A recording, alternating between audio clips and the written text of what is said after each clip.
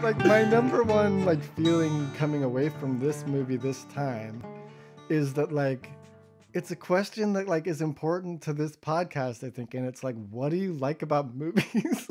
Because like I want to get your guys' answer to that before we like finish. Because like for me, we miss movie or I miss movies so much right now. I'm watching more movies than I probably was pre the last year of quarantine. Mm-hmm. But like I also haven't been to a movie theater in a year. The last movie I fucking saw was like Sonic the Hedgehog, you know, which is not Oh. a great final movie to see. And like even looking back at that, you know, this thought that I had was like, it's this primal feeling that you get when you go to the movies of like, you know, sitting around like a fire, like having like a storyteller talk to a group of people, and like everybody's got the like darkness and the light, and you're looking at it, and you're like, it's not something that you get in your own house, even if you are like, you know, have a big TV in a dark room. Well, Like, Joseph Campbell, I think, said that all cultures have a story about a blue hedgehog that can run at supersonic speeds. So that when you see that story told, there's a primordial kind of like power to that I think you. No, just kidding. No, I just mean like, you know, it's like we're missing this sort of like group congregation around Yeah. storytelling, and Yeah. that's what drives culture forward. Like, Yeah. to me, like the thing that I love about movies personally is that like that's what moves culture. It's movies, music, books, but mostly movies. I feel like where it's like It used you to get be. like an idea. Yeah, it used to be, but like, you know, you get this sort of memology of like an idea that spreads through, you know, like tropes in movies and that kind of thing. And that's how like culture moves forward. You know, in a lot of ways, to me, it's like culture is like the way of like first taking their first steps forward are like by putting, you know, something into a show or a movie. And then like if it takes like in the pure memology of it, where like if it takes, like then other movies will do it, and then eventually it like goes into law of the land, you know? And I'm talking about everything from like gay marriage to like black rights to like, you know, everything that happens like has to take baby steps in the way that like a lot of people who don't maybe have like a gay person in their life that's out and proud, like a lot of people's first introduction into that is through movies. And then like they get to know these characters, and then like, you know, that grows in the gay community, then like more gay people might feel more comfortable like creating their culture and, you know, coming out. I don't know, it's like I'm gonna need I to just see think it's some like data on this, Ian. I'm not sure I fully buy this, but I like the idea that that culture is moved through movies. I think culture in movies is dead. I think every movie nowadays is just like it's all by committee to like send the best possible message and be like the right amount of woke and the right amount of you know, exciting and like every movie like no, I think movies are absolutely not moving culture anymore if they ever were. I think nowadays like culture is being moved like by like online memes and like Instagram stories that like tell you like what to think. It's possible that I think the movies like the been eclipsed. as the main, yeah, exactly. I think at one point maybe they were like the dominant but I will say, like, for good or even you're bad. talking about by committee, like that's almost more to my point, is that like like that like when Disney starts having like, you know, openly gay characters, even though they're doing a They haven't shitty done it job yet. of it, and They it's haven't like, done it yet. They still haven't done it. We're Have like they already not? on I the feel next like- battle, which is for trans rights, and they still haven't had an openly gay character. right. Well, So- okay, so I that think was a you're- bad example, but like Right. I don't know, there are like committees that are like choosing to show openly gay characters, whether it's Disney or not, that like it is happening, and I feel like that's like, I don't know, that's For like a money, no, I think I don't fully agree with this. But is that why you like movies? Because you think they influence society for the better? No, but I do think that it's like how we here's how I like think of it in my head in like a very this is gonna open up another can of worms, but it's where it's like I feel like it's like how we as a culture, like if okay, let me think. If we get our thoughts straight as people at like in our dreams and in our like midnight hours where we're like sitting there thinking by ourselves, like that's where we sort of like decide who we are. Let's say you're like 11 years old, laying in your bed, and it's like the house is asleep, and you're sitting there thinking about what you're. I mean, I'm thinking about this a lot lately because I have an almost 11-year-old who's doing this. You know what I mean? And I watch her like create and manifest her like view on the world. And I think that like if that's how we do it as like people, I think that that's how like movies. That's what movies are to culture. Like it's not just movies, it's also books and, memes on the internet and like, TV shows and stuff. But like movies are the most um, dynamic thing for a whole culture to see at once. So it's like, it's the last like appointment thing, really, where it's like everybody sees something at relatively the same time. And it's like a way for like us as a culture to like sort of express our dreams and express our like view of the world. Yeah. And that's what I mean when I say like, that's how culture grows, is because like, right now in my mind, we're having this huge black renaissance in movies. Like that's where good shit is coming out of. It's like Can you black name one? filmmakers. Yes, I don't know if I agree just with watched, that. well, I just watched Judas and the Black Messiah. I Okay, loved okay. it. Here's what I don't like about Judas and the Black Messiah. When you set up a movie where the message is like, oh, they had a lot of great ideas, but unfortunately, somebody betrayed them, and it was the wrong thing to do. They should have, I don't know. There's another movie coming out about another black leader that was like betrayed by somebody from the inside, and when all these movies get greenlit, to me, it sends like a message of like, we can't have nice things. You know what I mean? Like it could have been great, and now we know better. But like, true radical change is not possible because of like even like the activists themselves are going to be compromised. And Well, sadly, like it's a true story. Like Fred Hampton. there are a lot of true real. stories to tell, Like, and I'm not, telling true stories isn't necessarily the best way to move culture in a positive direction. I guess what I meant was like when I say like moving culture in a positive direction, I don't even mean that. I just mean like right now when I bring up the black, sort of renaissance that's happening in movies, like what I see is like a lot of filmmakers, especially black directors, that are like, finally taking charge of like what story they are. I mean, whether or not it's the story that they're wanting to tell. Yeah, but not like all stories are getting what, greenlit is my point, but go ahead. but what their story is. And then you said green lit. That fucking reminded me of Green Book, which was like the anti version of that. And won the where it's Oscar like a 3 years ago. Yeah. I know. So are we in And a it's good place? I don't know. No, I would hate say movies, but I'm asking you what you love about movies, and that's what I love about movies. Like, I want to say this really quick because this was a thought that I had. It was like, I simultaneously hate movies and love them. Like, I really do. the movies are an amazing, powerful like cultural force, and they were like a beautiful expression of like America's dreams and stuff like that.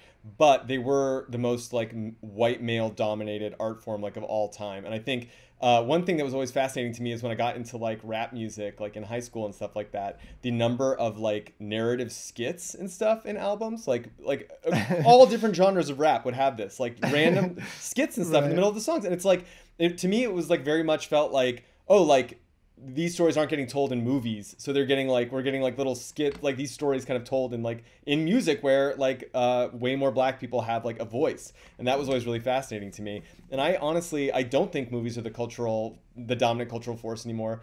I mean, I think of movies like Midsommar, where like the story of the movie is completely irrelevant, and the only way it has like any impact on internet culture is like as memes, as like still images, as gifs and stuff like that. And I honestly think the thing that's changing more minds and like and where more people are expressing themselves, more people, more women, more BIPOCs, is on the internet, and that is I think a good thing. And I think Hollywood is like very much playing catch up in that. And I think the stories that we're seeing are not the best stories. I feel like everything has like way too strong of a message, and yet the stuff that still comes out is still white male dominated. The imbalance is still like wild. I don't think Hollywood's ever going to catch up.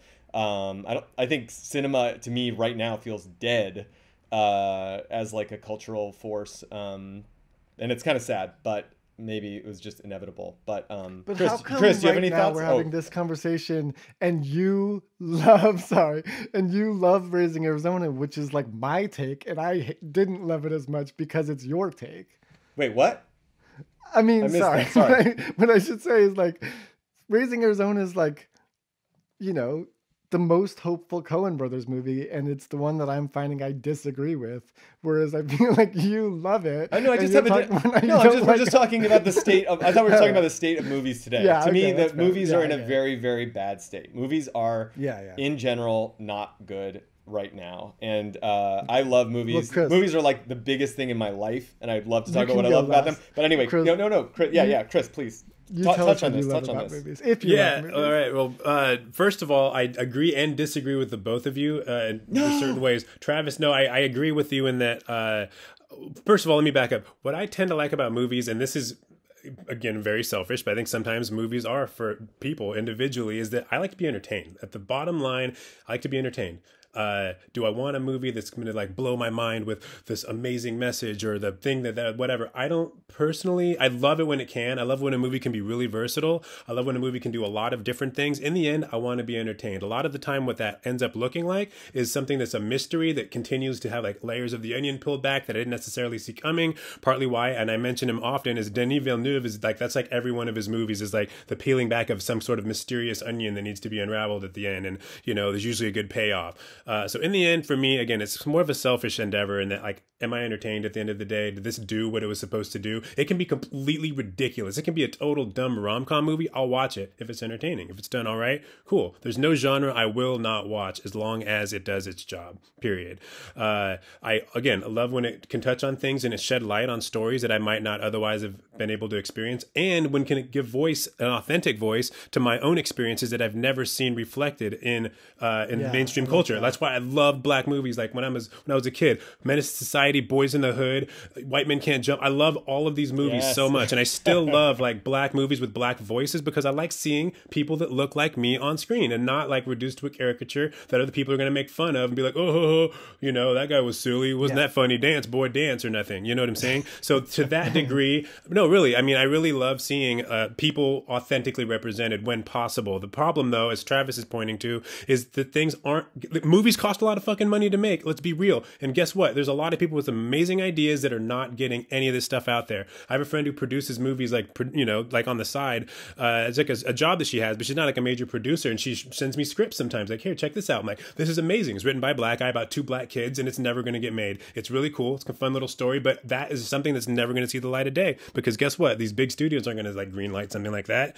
So, I think I do agree with you, Travis, in the sense that I don't know that movies are like really dictating any sort of like a cultural awakening or anything of that nature because there's so many voices that simply aren't being portrayed in an authentic fashion and will not continue to be until something significant changes to wherein the people actually seize control of the means of production and are able to distribute things individually, right? Like major studios are not the way it's going to happen, period. It's going to take a grassroots movement. I mean, I definitely said. agree with you. And yeah, well said. I'll just leave it at that. I do think that like, one of the things that's powerful about the corporatism of it to me, and this is not me standing up for like studios or corporatism at all. I'm a fucking SJW, like you said, but like, I'm a musician and like when I play solo, I can play something. And then when I get like 3 or 4 people together in a band with me, it's this completely different dynamic. And when you play, let's say there's nothing more collaborative than movie making, in terms of art form. It's by far the most collaborative like art form that there is. Yes. And nothing could come close. Maybe the polyphonic spree. Boo. But no, but like there is something about like when you see a really good movie. I'm not talking about shitty movies. I'm talking about like a Coen Brothers movie where it's like it feels like their vision. We're talking about auteur detour, and like auteurism in itself is kind of bullshit because even a Coen Brothers movie has fucking hundreds of people working on it. Maybe not their early ones. They probably had 40 people working on it. But like even that's incredibly collaborative. And you see like this movie, for example, which is like, this is Ed's movie. This is fucking Holly Hunter, tour de force. This could be the only movie she made. And we'd be like, Holly Hunter, man, fucking goddamn it, she's good. And then like it's also Nicolas Cage's one of his best movies, and it's completely separate. Like it's because they're working together, but they're both giving these incredible performances. And I don't know, I do love the like collaborativeness of movies. And like I only bring that up because like I agree with you. Like we need to like get rid of this like movie by committee thing. But there is something that's beautiful about like I don't know. I only say this as a musician who's like found that like when I play music by myself, I can't do it. I can't do what I want it, what I hear in my head. I'm not saying You know, I'm not movies saying are like art the shouldn't be ultimate- collaborative. I'm saying art shouldn't be gate kept with the financial incentive as the bottom line. That is what I was trying to say. And Yeah. and I also want to say like there are amazing movies by women. There are amazing movies by black directors. You know, there are amazing Yeah. like there's amazing cinema from other countries and stuff like that are showing the experiences of people Sure. that like Americans never get to see. These movies do exist. I'm just talking about the like dominant Hollywood movies as being like forcing a lot of great stories and different like the representation of different people out. And yeah, sometimes like a great performance or or script or something will get through that kind of just shows like how powerful those stories can be. And it's like just a tragedy that like those aren't the stories that always get told. Totally. Yeah, I think we're all kind of on the same page, except for Ian. But when it comes to like what I like about movies, my favorite quote ever about movies is from Alfred Hitchcock, and he was like, "Some movies are slices of life. My movies are slices of cake." And it's just the way that movies organize life and into like an aesthetic product. That's what I love. I love taking like the messiness of life and like creating something out of it that you can experience like so purely. I sometimes like have trouble like relating to the world around me like emotionally. Like I feel like I keep up like a wall sometimes like inadvertently. When I watch a movie, those walls just like crumble down.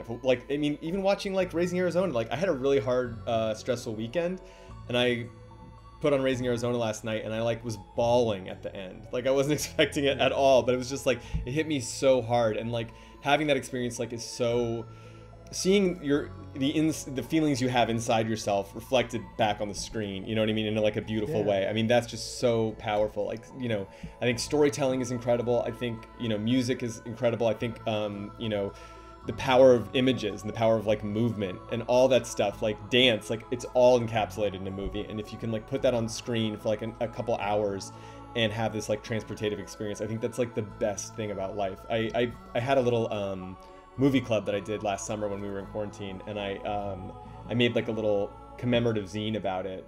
And the slogan I put at the bottom of the zine was "Life bad, movies good." And that is like my feeling about the movies. It's just like, yeah, I have to pee really badly. We've been going at this way too long, so I can't form any thought other than I have to pee right now. So I'm gonna just leave it at that. Yeah. Life bad, movies like that. good. I think it's like it'll let you pee your pants, but like I think we're we all agree that like we wouldn't. I mean, even me like saying like what I like about movies is like its transformative nature. Like really, I watch a movie because it makes me feel. Like it's like what you're saying, and like I enjoy, good fucking movies are fun. Like they aren't all about pushing forward a cultural narrative. It's like last night me and Greta watched Court Jester from 1954 or whatever it Danny was. Kaye? And that's and it's so great. It's just like the most fun like farce that there is, you know what I mean? And like it's like that movie's not about pushing culture forward. It's just fucking fun, and me and Greta laughed our asses off. Did you have it sounds like you had your own Sullivan's Travels moment. Your own "Oh brother" were at that moment. Yeah, maybe. I mean, I have that every day. I'm just an idiot Damn. that resets and like. Well, I'm glad Really Chris got and I into can it set you today. straight. Yeah, I'm glad we had this That's a good conversation. time. This is really cool. No, absolutely. Thank you for listening to Autour Detour. We'll see you again next week.